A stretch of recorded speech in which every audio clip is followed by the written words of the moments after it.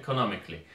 And ALDI sided with them many times, but when Lega Nord turned Eurosceptical, the ALDI group started to treat them as an enemy.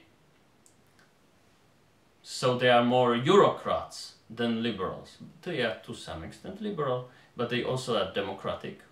And democracy and liberalism, they don't really click. No. So, for instance, the Electoral College in the United States, the ideological base is liberal.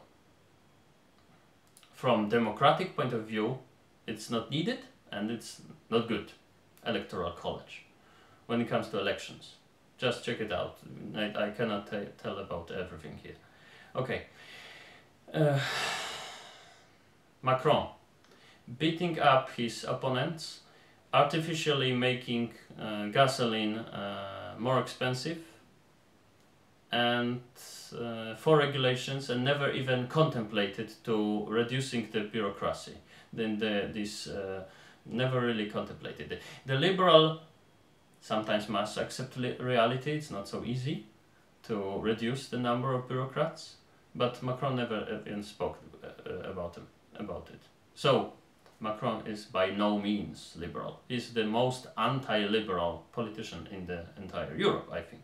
Merkel was continuing the program of Gerhard Schröder of reducing bureaucracy, of reducing the social welfare state, which was called Agenda 2000 something.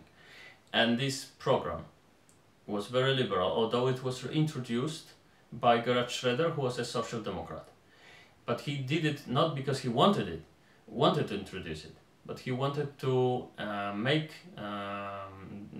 Germany more immune to the competition from Korea, Japan, and so on, and so on, and so on, right?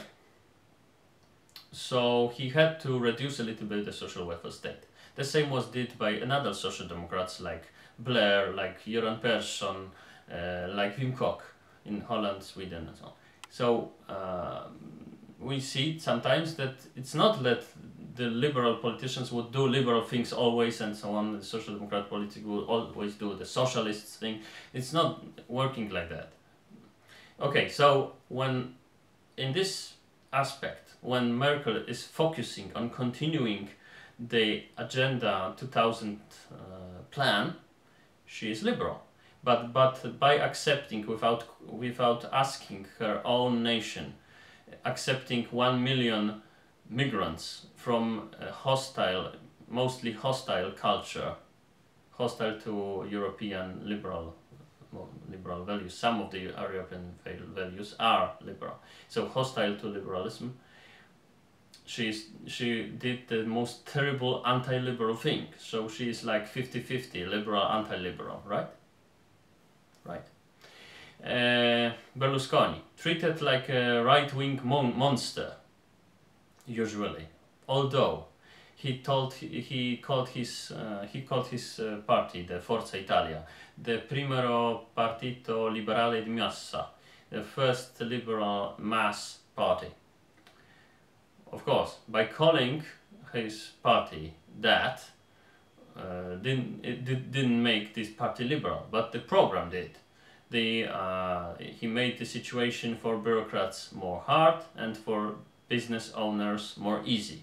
He made the Italian army wholly professional, so he was turning, in most of cases, was pro-liberal.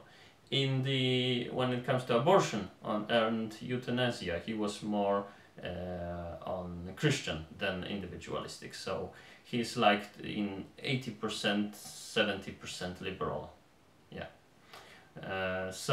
This is how the situation looks like. You have to see, for instance, clericalism makes you anti-liberal. But for instance, in Poland's case, you have one party that is clerical, and the that supports clericalism, and you have the other which supports the Eurocrat left-wing ideologies and policies.